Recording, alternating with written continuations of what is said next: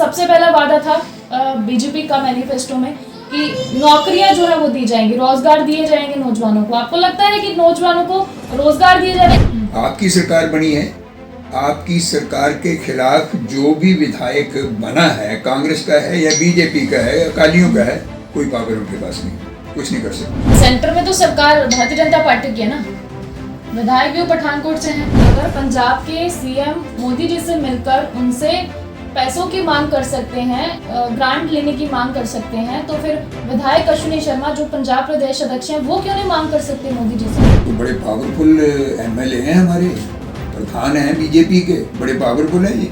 मोदी साहब से बात करें, जो वादे किए हैं उसके मुताबिक नौकरियां मांग करके लाएं, पैसा मांग करके लाएं, ग्रांट मांग करके लाएं। 117 में से 92 सीटें आपको मिली हैं, ऐसा ऐतिहासिक निर्णय पंजाब के लोगों ने किया है। जो पंजाब के लोगों का निर्णय है, हमने सिर झुका करके उसको स्वीकार भी किया है। 3 लाख करोड़ रुपए का कर्जा पंजाब के लोगों के सिर के ऊपर है, खजाना खाली है। उनको 300 यूनिट बिजली मिलेगी, 1000 रुपया प्रत्येक महिला को मिलेगा, घर घर नौकरी मिलेगी। इसी प्रकार के खोखले वादे कांग्रेस ने भी किए थे, कांग्रेस की खटिया खड़ी कर दी लोगों ने। भगवंत मान और उसकी आप सरकार पंजाब में किए हुए वादों को पूरा न कर सके तो बहुत भयानक परिणाम इसके निकलेंगे, ये मैं भगवंत मान को चेतावनी दे रहा हूँ। 10-12 गैंगस्टर की कारें आती हैं, धनाधन गोलियां चलाते हैं, 4 आदमियों को मार जाते हैं और सरकार देखती रहती है। सरकार ने अभी तक अपना पक्ष ही नहीं रखा। जो हमारे अध्यक्ष हैं अश्विनी शर्मा, बड़े सिर तान करके घोषणा करते रहे कि आने वाले पंजाब का चीफ मिनिस्टर मैं हूँगा, भारतीय जनता पार्टी का प्रधान होने के नाते मैं चीफ मिनिस्टर हूँगा। नमस्कार, आप देख रहे हैं केआरटी न्यूज़ नेटवर्क, देश के आवाज में आपके साथ महक रंधावा। और आपको बता दें कि इस वक्त हमारे साथ मौजूद हैं मास्टर मोहन लाल जी, जो कि पूर्व कैबिनेट मंत्री रह चुके हैं और कई मुद्दों पर बात करेंगे। इनसे हमारे साथ जुड़े हैं मास्टर जी, आपका बहुत बहुत स्वागत करता है केआरटी न्यूज़ नेटवर्क। मैं केआरटीसी न्यूज़ चैनल को शुभकामनाएं समर्पित करता हूँ। थोड़े ही समय में आपके इस टेलीविज़न चैनल ने बहुत सी बुलंदियाँ इलेक्ट्रॉनिक मीडिया में हासिल की हैं, जिसके लिए मैं इसके मालिक कुंवर रोहित को मुबारकबाद देता हूँ कि उन्होंने बहुत अच्छा चैनल शुरू किया है। मुबारकबाद। बहुत बहुत शुक्रिया मास्टर जी। मास्टर जी, कई मुद्दों पर हम बात करेंगे आपसे। देखिए, सेंटर में जो सरकार है, आपको पता है वो आपकी सरकार है, भारतीय जनता पार्टी की। पंजाब में सरकार आम आदमी पार्टी की है। पठानकोट की अगर बात करें, पठानकोट अलगा क्षेत्र की, तो पठानकोट में विधायक अश्विनी शर्मा जी यानी कि आपकी पार्टी के हैं और कॉरपोरेशन जो है वो कांग्रेस पार्टी की है। आगे आप किस तरह से विकास की लहर जो है वो लेकर चलते हैं? आपने बहुत सटीक बात कही है, सही बात कही है। इसमें कोई शक नहीं कि केंद्र में नरेंद्र भाई मोदी की एक सरकार पिछले 8 साल से काम कर रही है, बढ़िया काम कर रही है। पंजाब में लोगों ने एक बड़ा मास मैंडेट आपको पंजाब में दिया है। 117 में से 92 सीटें आपको मिली हैं, ऐसा ऐतिहासिक निर्णय पंजाब के लोगों ने किया है। जो पंजाब के लोगों का निर्णय है, हमने सिर झुका करके उसको स्वीकार भी किया है। परंतु जितना मास मैंडेट आपको मिला है, अगर वो लोगों के वादों के मुताबिक पूरे न उतरे तो लोगों के गुस्से से उनको डरना चाहिए, ये भी मैं कह देना चाहता हूँ। यहाँ तक भारतीय जनता पार्टी लोगों को आगाह करती रही है कि डबल इंजन का सरकार बननी चाहिए। केंद्र में सरकार मोदी की है तो नीचे भी मोदी साहब की सरकार, पंजाब में बीजेपी की सरकार होनी चाहिए, ताकि सरकार का काम ठीक चल सके, विकास हो सके, लोगों के साथ अपना सामंजस्य स्थापित किया जा सके। ऐसा हम चाहते थे, नहीं हुआ। इसका नुकसान पंजाब के लोगों को होगा। मैं आपको वाज़ेह कर दूं, बता दूं आपको, 3 लाख करोड़ रुपए का कर्जा पंजाब के लोगों के सिर के ऊपर है, खजाना खाली है। और चीफ मिनिस्टर बनते ही पंजाब के मुख्यमंत्री भगवंत मान जी मोदी साहब के पास गए थे कि हमको 50 लाख करोड़ रुपए का इंस्टॉलमेंट में मदद कीजिए, पैकेज दीजिए। देखें अब क्या बनता है क्या नहीं बनता। जिस पर भी सवाल उठाए गए थे पंजाब की तरफ से, कि विरोधी पार्टियों की तरफ से भी उठाए गए थे कि अगर वादे किए थे तो फिर मोदी साहब ने नहीं कहा था ये वादे करने के लिए, अगर आपने जनता से वादे किए हैं तो वो आपको ही पूरे करने हैं। तो इस पर भी काफी जो बवाल खड़ा हुआ है, कई विरोधी पार्टियों ने इस पर अपनी प्रतिक्रिया भी दी है जमकर। यकीनन ये देखिए, अगर तुम मुफ्त की खैरात बांटने के आदी हो गए और लोगों ने आपकी बात के ऊपर फूल चढ़ा दिए कि हमको 300 यूनिट बिजली मिलेगी, 1000 रुपया प्रत्येक महिला को मिलेगा, घर घर नौकरी मिलेगी, इसी प्रकार के खोखले वादे कांग्रेस ने भी किए थे। कांग्रेस की खटिया खड़ी कर दी लोगों ने। अब अगर भगवंत मान और उसकी आप सरकार पंजाब में किए हुए वादों को पूरा न कर सके तो बहुत भयानक परिणाम इसके निकलेंगे। ये मैं भगवंत मान को चेतावनी दे रहा हूँ। कोई देखिए 27,000 करोड़ रुपए का घाटा पहले ये जो बिजली बोर्ड है उसका है जी। किसानों को जो हम बिजली पानी मुफ्त देते हैं उसमें लगभग 7-8 हज़ार करोड़ रुपए का मुफ्त उनको किसानों को दे रहे हैं। 300 यूनिट बिजली देकर के मुफ्त, और करोड़ों रुपए का एक नुकसान जो है उसको होगा। और ऊपर से खैरातें बांट बांट करके सरकारें नहीं चला करती। सरकार को पहले अपनी आर्थिक नीति लोगों के सामने रखनी चाहिए, नहीं तो पंजाब में सिर्फ 2 ही चीज़ें हैं, गेहूं होता है या धान होता है, कोई इंडस्ट्री नहीं है यहाँ। जी जी जी। तो सरकार को अपनी नीति तो पहले आर्थिक नीति तो तय करनी चाहिए, क्या करना हमको। नीति तो उनके पास है नहीं, नीति विशेषज्ञ भी उनके पास नहीं है, और इसलिए कहीं पंजाब का दिवाला न निकल जाए इसका मुझे शक है। दूसरी बात, मैं आपके माध्यम से पंजाब के लोगों को आगाह करना चाहता हूँ। 1 महीना हो गया सरकार बने हुए आपकी, एक भी वादा अभी पूरा नहीं हुआ। ऊपर से आप पंजाब के हालात देख लें। एवरेज 4 व्यक्ति रोजाना गैंगस्टर मौत के घाट उतार रहे हैं। लॉ एंड ऑर्डर की धज्जियां निकली हुई हैं। मैं गुरदासपुर जिले के फुरड़ा गांव में गया हूं, इतना दर्दनाक हादसा मैंने अपनी जिंदगी में कभी नहीं देखा।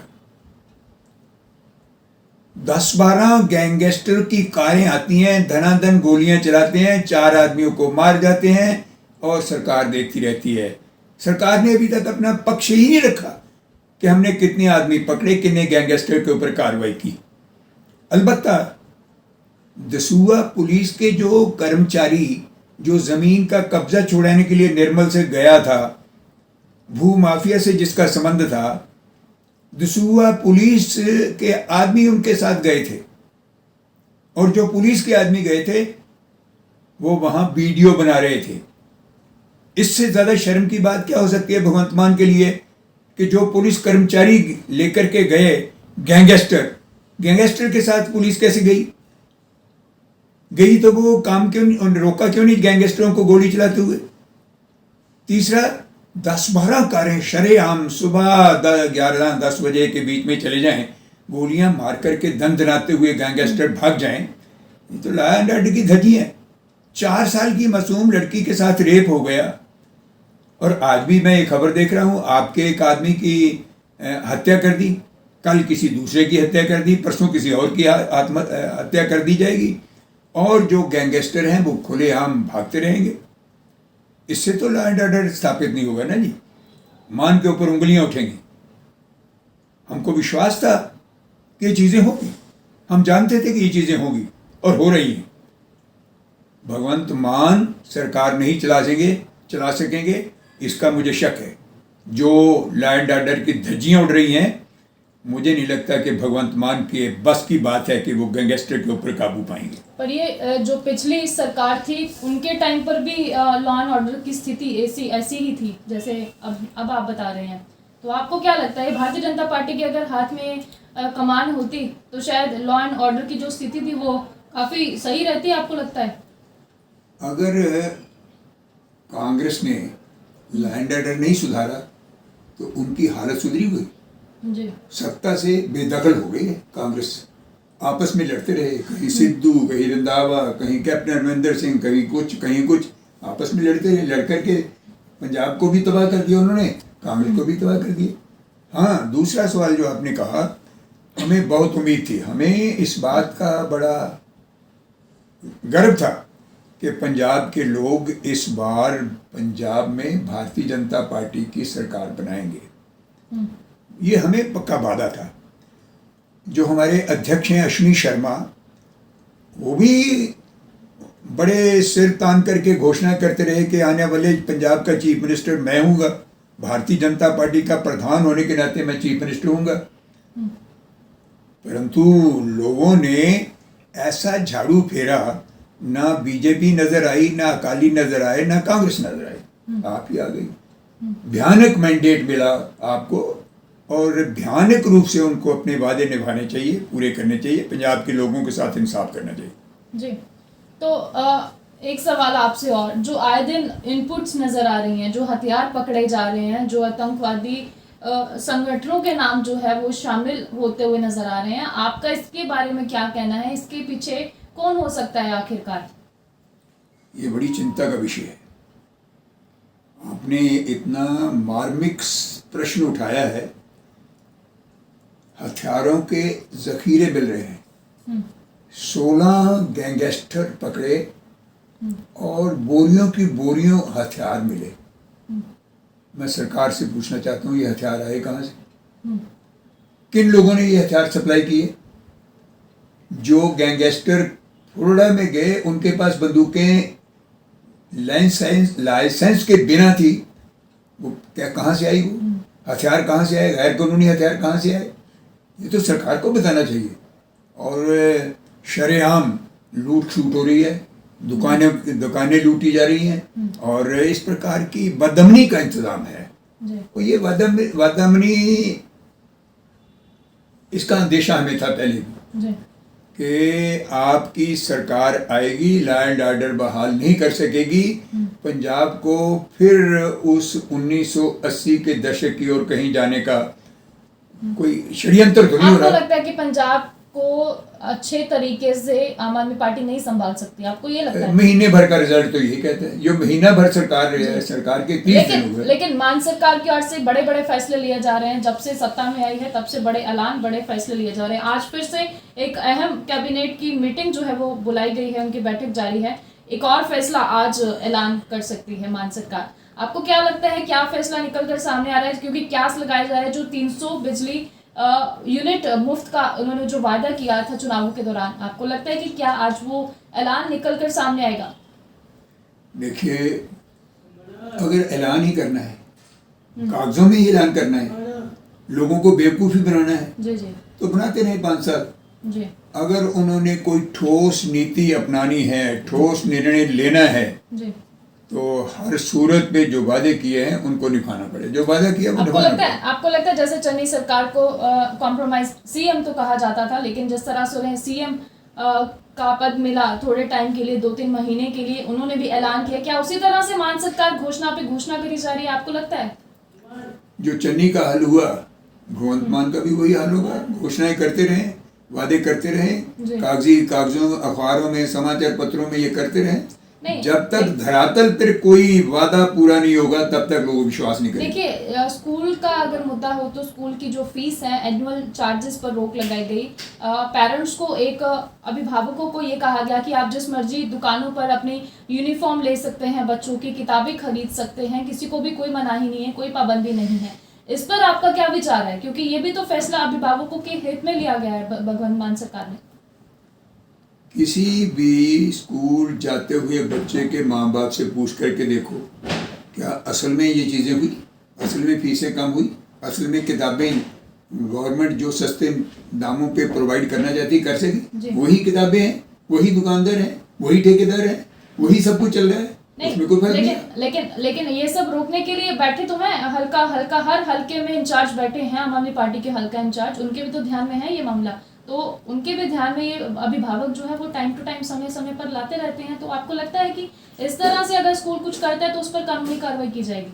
मुझे नहीं लगता कोई कार्रवाई होगी जी। फीसें उसी तरह बढ़ रही हैं, किताबें उन्हीं दुकानों से उन्हीं ठेकेदारों आपको से ली लगता जा है रही कि हैं। आम आदमी पार्टी ने कुछ नहीं किया? मुझे नहीं लगता कि कुछ किया है इस मसले में, कुछ किया है मुझे नहीं लगता, मुझे कुछ दिखाई नहीं, धरातल पे कुछ दिखाई नहीं जी, देता। जी। सबसे जो चिंताजनक बात मुझे आज दिखाई दी, दिल्ली के चीफ मिनिस्टर केजरीवाल पंजाब के एडमिनिस्ट्रेटर्स को, आईएएस ऑफिसर को, पीसीएस ऑफिसर को, आईपीएस ऑफिसर को दिल्ली में बुलाकर उनकी मीटिंग कर रहे हैं, जो गैर वैधानिक है, जी। नहीं कर सकता।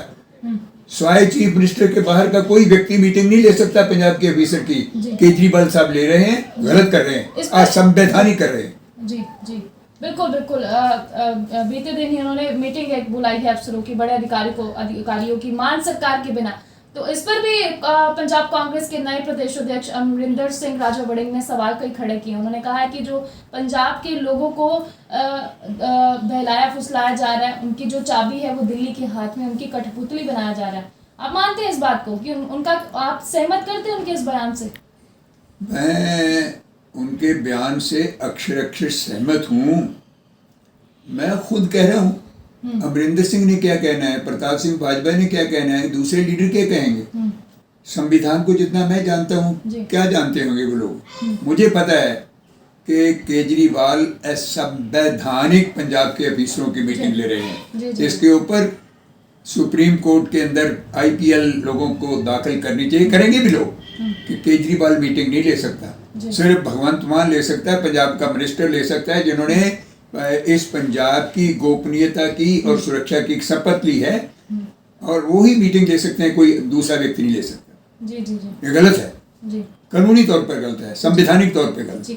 आइए अब हम बात करते हैं पठानकोट के मुद्दे को लेकर। पठानकोट में आपको क्या लगता है, जब से विधायक अश्विनी शर्मा बने हैं यहाँ से, वैसे तो प्रदेश अध्यक्ष हैं भारतीय जनता पार्टी से, आपको क्या लगता है जब से विधायक बने हैं तब से उन्होंने क्या क्या कार्य जो है वो पठानकोट की जनता के हित में कराए? क्योंकि सबसे पहला वादा था बीजेपी का मैनिफेस्टो में कि नौकरियां जो है वो दी जाएंगी, रोजगार दिए जाएंगे नौजवानों को। आपको लगता है कि नौजवानों को रोजगार दिए जा रहे हैं? आज भी नौजवानों से अगर बात की जाए तो हमारा रिकॉर्ड बताता है कि केआरटी की टीम जब भी एक सर्वे करती है तो उसमें एक पाया जाता है कि नौजवानों को रोजगार की बात तो कही जाती है पार्टियों की ओर से जब चुनाव आते हैं, लेकिन वो पूरा नहीं किया जाता कि जो दमगजे भारतीय जनता पार्टी के प्रधान होने के नाते अश्विनी मारते रहे कि मेरी सरकार बनेगी, बीजेपी की सरकार बनेगी, मैं चीफ मिनिस्टर बनूंगा। सरकार बनी नहीं बनी तो वो वादे कैसे पूरे कर सकते हैं? वो तो कोई भी वादा पूरा नहीं कर सकते, कुछ नहीं कर सकते, निहत्थे हो जाएंगे। आपकी सरकार बनी है, आपकी सरकार के खिलाफ जो भी विधायक बना है, कांग्रेस का है या बीजेपी का है या अकालियों का है, कोई पावर उनके पास नहीं, कुछ नहीं कर सकते। लेकिन सेंटर में तो सरकार भारतीय जनता पार्टी की है ना, विधायक भी पठानकोट से हैं। पठानकोट के स्थानीय मुद्दों के ऊपर केंद्र सरकार ने क्या करना? कुछ नहीं कर सकती। नौकरियां को केंद्र सरकार आकर के पंजाब में थोड़ा देगी। अगर पंजाब के सीएम मोदी जी से मिलकर उनसे पैसों की मांग कर सकते हैं, ग्रांट लेने की मांग कर सकते हैं, तो फिर विधायक अश्विनी शर्मा जो पंजाब प्रदेश अध्यक्ष हैं वो क्यों नहीं मांग कर सकते मोदी जी से? भाई वो तो बड़े पावरफुल एमएलए हैं, हमारे प्रधान हैं बीजेपी के, बड़े पावरफुल हैं ये। मोदी साहब से बात करें, जो वादे किए हैं उसके मुताबिक नौकरियां मांग करके लाएं, पैसा मांग करके लाएं, ग्रांट मांग करके लाएं, करें इसका पंजाब पठानकोट का विकास। अभी आपने कहा कि सेंटर में जो सरकार है, माफ कीजिएगा, पंजाब में जो सरकार है वो मान सरकार की, तो वो स्थानीय क्षेत्र में कैसे वो करेंगे जहाँ से वो विधायक है? लेकिन सवाल ये है कि पंजाब में सरकार मान सरकार की है, आम आदमी पार्टी की सरकार है, जब वो मोदी जी से जाकर मिल सकते हैं, पंजाब के लिए फंड मांग सकते हैं, तो फिर पंजाब प्रदेश अध्यक्ष जो विधायक भी हैं साथ साथ भारतीय जनता पार्टी से अश्विनी शर्मा जी, वो क्यों नहीं रोजगार के मुद्दे पर बात कर सकते? क्योंकि जब चुनाव आते हैं तब तो बहुत बड़े बड़े दावे वादे किए जाते हैं, तो फिर उसके बाद खोखले साबित क्यों नजर आते हैं? ये अच्छा है, आपने प्रश्न तो किया मुझसे, पर ये अच्छा है आप ये प्रश्न अश्विनी से करते, अच्छा नहीं लगता। अश्विनी से प्रश्न करो, वो सर्वशक्तिमान है, हैं, बहुत बलशाली व्यक्ति हैं, और इस आंधी में जीत करके एमएलए पठानकोट के बने हैं। आप भी पठानकोट उनकी ही पार्टी से ही आते हैं मास्टर जी, आप भी बहुत दिग्गज नेता हैं आप बताए जाते, पूर्व कैबिनेट मंत्री रह चुके हैं आप भी उनकी एक कर्मठ नेता हैं आप। कोई शक नहीं, कोई शक नहीं, मैं उन्हीं की पार्टी का हूँ, वो मेरी पार्टी के हैं, पार्टी एक ही है। जी परंतु जो वादे उसने किए हैं उसका उत्तर उसने देना है। जी बिल्कुल। मैंने पार्टी जी। की नीति के ऊपर बात करनी है। जो वादे अश्विनी शर्मा ने किए हैं उसकी जवाबदेही सिर्फ अश्विनी शर्मा की है। जी पठानकोट का विकास करना, पठानकोट के लोगों की आशाओं के ऊपर पूरा उतरना अश्विनी का उत्तरदायित्व है, मेरा उत्तरदायित्व नहीं है। जी बिल्कुल। जब मैं यहाँ का विधायक था तो जो लोगों ने कहा उसके मुताबिक किया, चाहे सर्कुलर रोड हो, चाहे मीरथल का पुल हो, चाहे मीरथल के दीनानगर को जोड़ने वाली सड़क हो, धार ब्लॉक का वो जो अटल सेतु हो, लहरून का वो पुल हो, जी। तब मेरी जिम्मेवारी थी। मैंने एक अक्षरशः अपनी ड्यूटी पर पारा दिया, जी पूरा किया उनको। जी बहुत जी जी। एक आखिरी सवाल आपसे, बीते दिन ही ट्रस्ट का एक पंजा चला है, पंजा माफ कीजिएगा, बुलडोजर। बीते दिन ही आपका भी बेटे का अस्पताल जो है वहाँ पर भी इम्प्रूवमेंट ट्रस्ट की ओर से नोटिस आपको जारी किया गया है, क्या मामला है वो सारा? क्या आपके जो अस्पताल की बिल्डिंग है वो अवैध है? ये तो इम्प्रूवमेंट ट्रस्ट ही बता सकता है जी अपनी तरफ से। यहाँ तक मेरा सवाल है वो जायज़ है, जी। रजिस्ट्री हुई है उसकी, एनओसी है? एनओसी तो किसी का भी नहीं रहा। वो टिम्बर मार्केट और ट्रक स्टैंड एक बिल्डिंग थी जो स्कीम थी जो स्क्रैच हो गई। मेरी जब मैं मंत्री था तभी हो गई थी वो स्क्रैच, प्रकाश सिंह बादल की अध्यक्षता में होगी स्क्रैच। जब हमने ये अस्पताल बनाया था तो हमने नक्शा भी सबमिट किया था इम्प्रूवमेंट ट्रस्ट में, नक्शा उन्होंने नहीं पास किया। हमने एक लेटर एप्लीकेशन भी दी थी कि भाई हमको एनओसी दियो, नक्शा पास करो, एनओसी दियो, हम उसकी फीस देने के लिए तैयार हैं। तब भी तो वो कहते कि भाई नक्शा पास नहीं हो सकता, एनओसी हम जारी नहीं कर सकते। तो फिर देखिए मास्टर जी, आज भी अगर आपके केवल अस्पताल की बात नहीं करते, पठानकोट में कई ऐसी इमारतें होंगी हमारे हिसाब से कि कई अवैध इमारतें हैं जो धड़ल्ले से काम कर रही है, अपने बिजनेस चला रहे हैं वहाँ पर, लेकिन आपका अस्पताल सुर्खियों में आना, आपके अस्पताल को नोटिस जारी करना, ये आप कहाँ तक सही मानते हैं? या तो है पठानकोट के जितने भी अवैध इमारतें हैं सबको नोटिस जारी किया जाता है, आप मानते हैं कि कोई राजनीतिक शय या फिर क्या लगता है आपको, रंजिशबाजी निकालने की कोशिश की जा रही है? मैं नहीं समझता कोई रंजिशबाजी है। क्योंकि एनओसी तो लगता नहीं है कि एनओसी बाकी नहीं किसी को भी एनओसी और नक्शा पास किसी का भी नहीं हो सकता। देखिए वो ऐसी शाह कॉलोनी ऐसी कॉलोनी है जिसमें नक्शे पास नहीं हो सकते। पहले तो रजिस्ट्री में नहीं होती थी, यशपाल जी यहाँ पर रजिस्ट्रियाँ करके गए उन्होंने, बाकी उसके बाद रजिस्ट्रियाँ हुई हैं, लेकिन ना नक्शा पास हो सकता है उस जगह का, ना एनओसी इम्प्रूवमेंट टेस्ट दे सकता है। यहाँ तक मेरे अस्पताल के गेट का मतलब है, संबंध है गेट का भी, उन्होंने कहा है जी। सारी रेलवे की लाइन है, रेलवे की प्रॉपर्टी है। वहाँ से चक्की से पत्थर रेत बजरी ढोने के लिए 50 के दशक तक भैंसों से ट्रालियाँ चला करती थी पत्थर ढोने के लिए जी। और ये जो पटेल चौक है, यहाँ पत्थरों की बहुत बड़ी मंडी होती थी, बजरी बहुत 2 कंपनी होती थी, बाग कंपनी है, उनके पत्थर आया करते थे, वो रेलवे की जमीन है, उसकी तरफ हमने गेट रखा है, कोई गलत नहीं किया है। हाँ, कुछ लोग नारे उछाल रहे हैं कि मास्टर ने नाजायज बनाया, ये लोगों की रंजिश होती है, जो बड़े आदमी बन जाते हैं उनके खिलाफ लोगों की उंगली उठती हैं। लोग सही हैं, लोगों को कानून का पता नहीं होता, लोगों को कागजों का पता नहीं होता, लोगों को किसी चीज़ का पता नहीं होता जी। और राजनेता समझते हैं कि पता नहीं मास्टर मोहनलाल कितना बड़ा भूमाफिया के साथ संबंध रखने वाला है, मेरी औकात को भी जानते हैं, मेरे कैरेक्टर को भी जानते हैं। अगर उनको लगता है कि मेरा अस्पताल गैर कानूनी है तो गिरा दें भैया, मैं क्या कर सकता हूँ? हाँ जी, मेरे पास 1968 से ज़मीन है, उसके ऊपर एक बिल्डिंग थी, बिल्डिंग को ठीक करके मैंने बना लिया, तो कोई गुनाह नहीं किया। मैंने क्या कोई गुनाह किया? बेटे को काम किया, उसने एमडी किया हुआ है, आर्थो सर्जन है, बहू मेरी गायनी सर्जन है, उसको मैंने अस्पताल बना के दिया, लोन पे दिया। और आप भी एडवोकेट हैं? और मैं भी एडवोकेट हूँ। और फिर दुखो जिन्होंने डॉक्टरी किया उनके लिए तो मुझे अस्पताल बना के देना मेरी जिम्मेवारी है। जी बिल्कुल। अभी करोड़ रुपए का मेरे ऊपर कर्जा है, जी उसको मैं 1,10,000 रुपया प्रति मास किस्त दे रहा हूँ। जी अस्पताल बनाया है, जी मैंने सारे कागजात जो हैं संबंधित इम्प्रूवमेंट ट्रस्ट को सौंप दिए हैं। जी। तो बहुत बहुत शुक्रिया मास्टर जी। वाह वाह वाह। मैं एक बार पुनः इस टेलीविज़न को, आज बैसाखी का बड़ा पावन पवित्र दिन है, मैं गुरु गोविंद सिंह जी महाराज के चरणों में सिर झुकाता हुआ इस टेलीविज़न की तरक्की, बेहतरी, विकास, यकीनती के लिए शुभकामनाएं समर्पित करता हूं। ठाकुर रोहित जो इसके मालिक हैं, मेरे मित्र हैं, बरखुरदार हैं, उन्होंने बहुत प्रयत्न किया एक देहाती इलाके से उठ करके इस प्रकार का एक बढ़िया चैनल लोगों की सेवा के लिए, लोकतंत्र की रक्षा के लिए दिया। मैं शुभकामनाएं समर्पित करता हूं। धन्यवाद। बहुत बहुत शुक्रिया, आपकी शुभकामनाएं। बहुत बहुत।